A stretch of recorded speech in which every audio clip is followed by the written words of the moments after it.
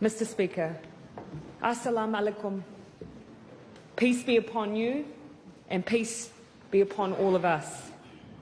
Mr. Speaker, the 15th of March will now be forever a day etched in our collective memories. On a quiet Friday afternoon, a man stormed into a place of peaceful worship and took away the lives of 50 people. That quiet Friday afternoon has become our darkest of days. But for the families, it was more than that. It was the day that the simple act of prayer, of practicing their Muslim faith and religion, led to the loss of their loved ones' lives. Those loved ones were brothers, daughters, fathers, and children. They were New Zealanders. They are us. And because they are us, we as a nation, we mourn them. We feel a huge duty of care to them. And Mr. Speaker, we have so much we feel the need to say and to do. One of the roles I never anticipated having and hoped never to have is to voice the grief of a nation. At this time, it has been second only to securing the care of those affected and the safety of everyone. And in this role, I wanted to speak directly to the families. We cannot know your grief, but we can walk with you at every stage. We can and we will surround you with aroha, manaakitanga, and all that makes us us. Our hearts are heavy, but our spirit is strong. Mr. Speaker, less than 6 minutes after a 111 call was placed, alerting the police to the shootings at Al Noor Mosque, police were on the scene. The arrest itself was nothing short of an act of bravery. 2 country police officers rammed the vehicle from which the offender was still shooting. They pulled open his car door when there were explosives inside and pulled him out. I know we all wish to acknowledge that their acts put the safety of New Zealanders above their own, and we thank them. But they were not the only ones who showed extraordinary courage. Naeem Rashid, originally from Pakistan, died after rushing at the terrorist and trying to wrestle the gun from him. He lost his life trying to save those who were worshipping alongside him. Abdul Aziz, originally from Afghanistan, confronted and faced down the armed terrorist after grabbing the nearest thing to hand, a simple FPOS machine. He risked his life and no doubt saved many with his selfless bravery. There will be countless stories, some of which we may never know, but to each we acknowledge you in this place, in this house. For many of us, the first sign of the scale of this terrorist attack was the images of ambulance staff transporting victims to Christchurch Hospital. To the first responders, the ambulance staff and the health professionals who have assisted and who continue to assist those who have been injured, please accept the heartfelt thanks of us all. I saw firsthand your care and your professionalism in the face of extraordinary challenges. We are proud of your work and incredibly grateful for it. Mr. Speaker, if you'll allow, I'd like to talk about some of the immediate measures currently in place, especially to ensure the safety of our Muslim community and, more broadly, the safety of everyone. As a nation, we do remain on high alert. While there isn't a specific threat at present, we are maintaining vigilance. Unfortunately, we have seen in countries that know the horrors of terrorism more than us, there is a pattern of increased tension and actions over the weeks that follow. That means we do need to ensure that vigilance is maintained. There is an additional and ongoing security presence in Christchurch, and as the police have indicated, There will continue to be a police presence at mosques around the country while their doors are open. When they are closed, police will be in the vicinity. There is a huge focus on ensuring the needs of families are met. That has to be our priority. A community welfare centre has been set up near the hospital in Christchurch to make sure people know how to access support. Visas for family members overseas are being prioritised so that they can attend funerals. Funeral costs are covered, and we have moved quickly to ensure that this includes repatriation costs for any family members who would like to move their loved ones away from New Zealand. We are working to provide mental health and social support. The 1737 number yesterday received roughly 600 texts or phone calls. They are on average lasting around 40 minutes, and I encourage anyone in need of reaching out to use these services. They are there for you. Our language service has also provided support from more than 5,000 contacts, ensuring whether you are ACC or MSD, you're able to pass on the support that is needed in the language that is needed. To all those working within this service, we say thank you. Our security and intelligence services are receiving a range of additional information.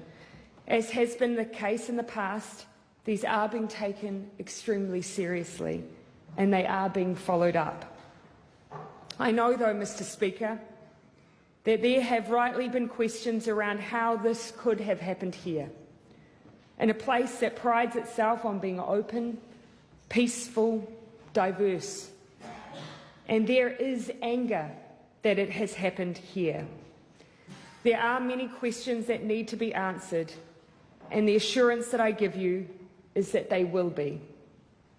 Yesterday, Cabinet agreed that an inquiry, one that looks into the events that led up to the attack on the 15th of March, will occur. We will examine what we did know, could have known, or should have known. We cannot allow this to happen again. Part of ensuring the safety of New Zealanders must include a frank examination of our gun laws. As I've already said, Mr. Speaker, our gun laws will change. Cabinet met yesterday and made in-principle decisions 72 hours after the attack. Before we meet again next Monday, these decisions will be announced. Mr. Speaker, there is one person at the centre of this terror attack against our Muslim community in New Zealand.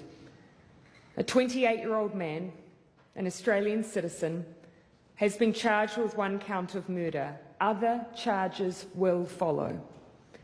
He will face the full force of the law in New Zealand. The families of the fallen will have justice. He sought many things from his act of terror, but one was notoriety, and that is why you will never hear me mention his name. He is a terrorist, he is a criminal, he is an extremist, but he will, when I speak, be nameless. And to others I implore you, speak the names of those who were lost, rather than the name of the man who took them. He may have sought notoriety, but we in New Zealand will give him nothing, not even his name. Mr. Speaker, we will look at the role social media played and what steps we can take, including on the international stage and in unison with our partners.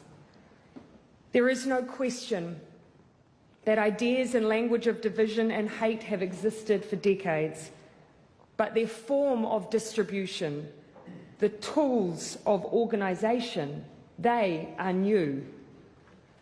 We cannot simply sit back and accept that these platforms just exist and that what is said on them is not the responsibility of the place where they are published.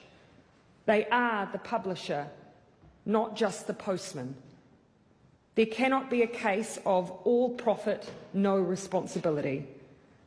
This, of course, doesn't take away the responsibility we too must show as a nation to confront racism, violence, and extremism.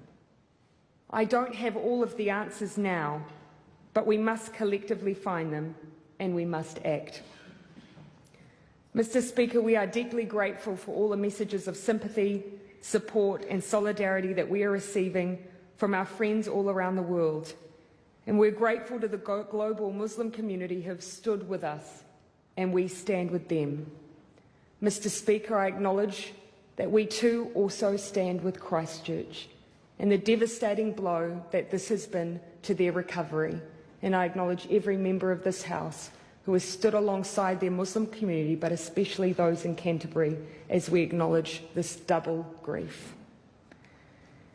As I conclude, I acknowledge that there are many stories that will have struck all of us since the 15th of March. One I wish to mention is that of Hati Muhammad Daoud Nabi. He was a 71-year-old man who opened the door at the Al-Noor Mosque and uttered the words, "Hello, brother, welcome," his final words.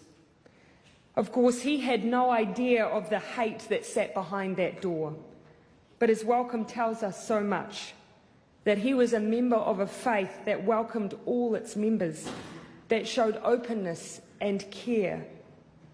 I've said many times, Mr. Speaker, we are a nation of 200 ethnicities, 160 languages. We open our doors to others and say welcome. And the only thing that must change after the events of Friday is that this same door must close on all of those who espouse hate and fear. Yes, the person who committed these acts was not from here. He was not raised here. He did not find his ideology here. But that is not to say that those very same views do not live here. I know that as a nation, we wish to provide every comfort we can to our Muslim community in this darkest of times, and we are. The mountain of flowers around the country that lie at the doors of mosques, the spontaneous song outside the gates, these are ways of expressing an outpouring of love and empathy. But we wish to do more. We wish for every member of our communities to also feel safe. Safety means being free from the fear of violence, but it also means being free from the fear of those sentiments of racism and hate that create a place where violence can flourish. And every single one of us has the power to change that. Mr. Speaker, on Friday, it will be a week since the attack. Members of the Muslim community will gather for worship on that day. Let us acknowledge their grief as they do. Let's support them as they gather again for worship. We are one. They are us. Tātou, tātou. Assalamu alaikum. We rahmet Allah. We barakatuh.